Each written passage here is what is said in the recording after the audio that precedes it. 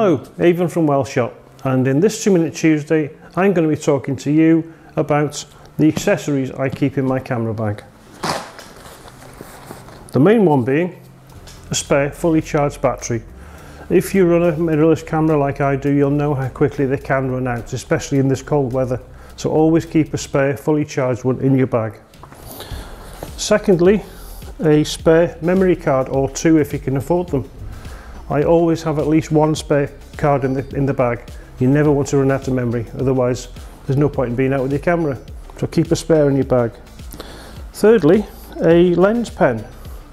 Now if you're not familiar with these, it's basically a pen-shaped tool which has a brush at one end, which is nice and soft, ideal for getting away those little bits of dust from the corners of your lens, or little bits of loose grit if you've been out, say, on the beach or something like that.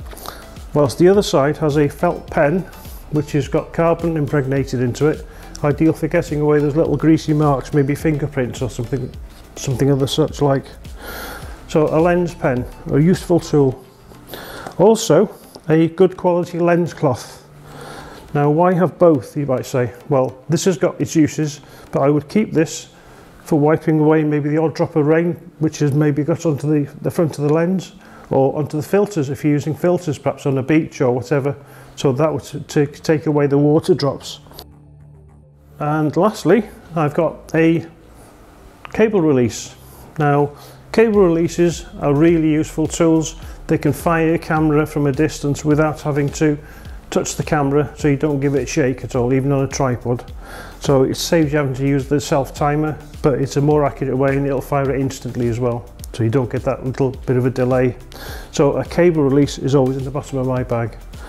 Also this time of year you might find you're setting up in the dark or pulling down in the dark after a shoot, so what you'll find is that a little torch, maybe a head torch, could be quite handy as well.